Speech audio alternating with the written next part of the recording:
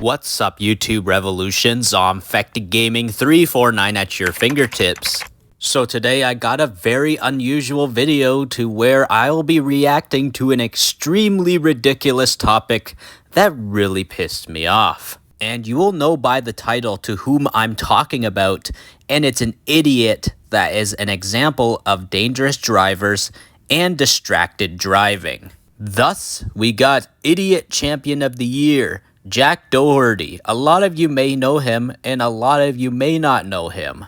Jack Colin Doherty, also known as Shane Doherty, is an American YouTuber and former kick streamer who performs stunts and pranks, and some of which are illegal. Well, surprise, surprise, I actually never heard of this guy, but first impressions by the sound of him is he's not my kind of YouTuber, definitely. Well, it's just not a surprise that I don't know of him because I don't watch idiots like this. The dude sounds toxic from the get-go, and reputation for him was bad as it was, but now after the recent news, reputation seems to be definitely dwindling much more than ever for him. Jack Doherty recently owned a $200,000 McLaren supercar and crashed it because of a stupid excuse of because its speed is naturally always gonna be faster than any other regular standard car. Pretty much is what he said on his TikTok apparently. Well, no doubt about that. Obviously, it will be faster, so anyone who is in a privileged position to own and drive a car like this should prioritize safety first and less showing off and entitlement, which is what Jack Doherty was pretty much demonstrating. Pure entitlement. This guy is a straight up narcissist and is also really cocky and obviously didn't pay any attention to driving school very well when the topic about distracted driving probably came up. The dude is out in the pouring rain, texting on his phone and not paying attention to the road and passing all the other standard vehicles really fast, and then of course crashes like an idiot. When he crashes his car, his buddy in the passenger seat who was recording the drive gets injured and doesn't even ask if his friend is okay. All he just does is get sad about his car getting destroyed and acted as if his car was a lost loved one. Well, joke's on him. If you don't take care of what is yours, then you lose it. Am I right? What he did was an example of carelessness because no self-control and no principles at his fingertips or toe tips, aka your muscle control in your feet. You need self-control over your muscles in your body so you know when to be gentle, and the way he was abusing his power with that McLaren was no self-control in his leg muscles and not knowing how to match the regular speed of other regular vehicles at the speed limit while safely on the road. Now, I'm not saying you gotta drive super duper slow in the vehicle, but drive a decent speed in your McLaren, especially if you're on the highway. You can still go at a decent fast speed, but not to where you're gonna start endangering other drivers and, most importantly, your own self. So this is why he should have thought of muscle control in his legs while driving a highly powerful supercar that can go super fast. He should have went more gentle on the gas pedal or switched whatever gear the car has to go at a safer speed. I'm sure the companies that make these supercars have special safety features to make sure the cars are safe. But nope, all Jack says to a guy after he randomly asks Jack, "How did you crash your car?"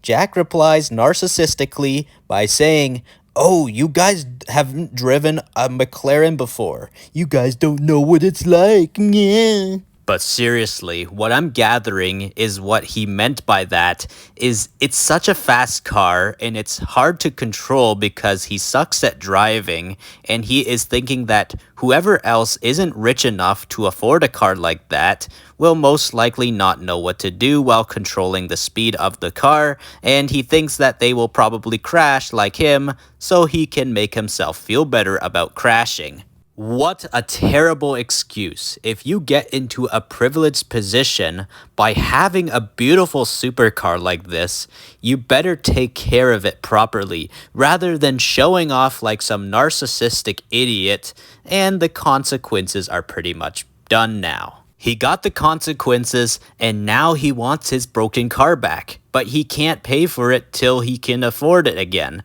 And he begged for donations on TikTok, and he doesn't deserve a single dollar. You know why, guys? It's because people like him is the reason innocent people get hurt on the road, or worse. There's plenty of people who die in car accidents who aren't even bad drivers and randomly get crashed into because of people like Jack Doherty. Whether you're distracted while driving or if you're a narcissistic driver with road rage who is impatient to get from point A to point B faster, or even drunk drivers. I myself don't know if I want to drive because of drivers like this. Drivers who act all entitled and think they are above anyone, even pedestrians who walk on the streets, and these drivers act like where they are going is always more important than the person walking on the streets.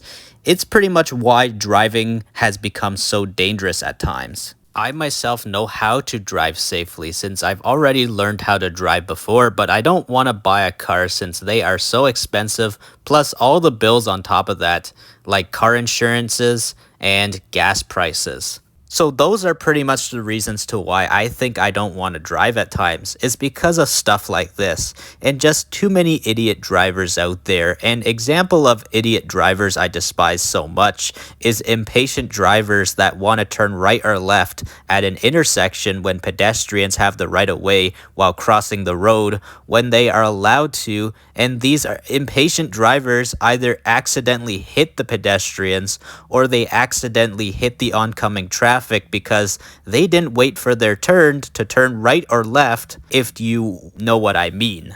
I've seen crazy stuff like this happen at intersections. It is not pretty. I myself almost been hit so many times because of idiot drivers that are impatient and don't think of walking pedestrians, such as myself. I always am really cautious of when I cross the streets when I have the right of way to cross, but just know you are never safe while crossing the roads at an intersection. I myself, whenever I go to get my groceries or go from point A to point B, I either walk or take the bus or ride my electrical scooter, which is actually more of like a mini moped or e-bike that goes pretty fast while either it's top speed or at a neutral speed.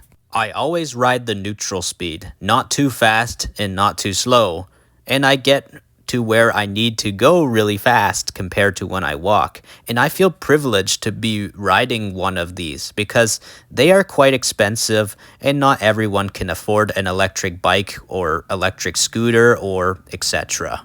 I am also happy with the amount of time it takes for me to get from point A to point B, since I always walked or bused wherever I went, and I needed patience all the time, and I'm a person who grew up with ADHD, and I turned out just fine with self-control. But with the way Jack Doherty is with his self-control while driving, it's too dangerous to be on the road. I hope he doesn't get his McLaren back, and hopefully with the amount of people who found out how scummy he is donates to him way less, so he doesn't end up out driving out on the road again, because who knows, will he learn his lesson or not? Because if not, what if he does it again and something worse happens? And we all don't want that. I think Jack deserved to crash his car, but not meaning as in the hurtful way of him getting fatally injured. What I mean as in he learns his lesson, so he knows what he did was immature man-childish, and so he knows to stay off the road and keep any supercar away from him. Any supercar should be confiscated away from him because he is a pure idiot, no offense. And the way his face looks, first impressions, especially with that ugly hair of his, makes his face look like a punchable person. But I myself don't engage in violence like this. I can see someone else probably wanting to do that to him since he looks like the kind of person that would really piss someone off and would probably punch him in the face. But guys, I want to talk a bit about my e-scooter, which is more like a moped that actually goes pretty fast. And it can go faster than other mopeds, and we will make a bit of an example of comparing it to Jack's McLaren. Yes, disclaimer, yes, I know they are both different types of vehicles, no doubt about that. And obviously a supercar is way way faster than a moped or e-scooter or e-bike, etc. I just want to make a little bit of equivalent examples of how to control going fast and knowing speed limits. Just because my e-scooter goes pretty fast, does that make me have the right to tell someone, oh, you never rode an e-scooter that goes this fast? It's hard to control the speed. No, I don't have the right to say that. It's common sense. Like I said, know your control of what you're using and know what you're getting into before using that very thing. Let's demonstrate me being careful on my e-scooter or moped, whatever you want to call it.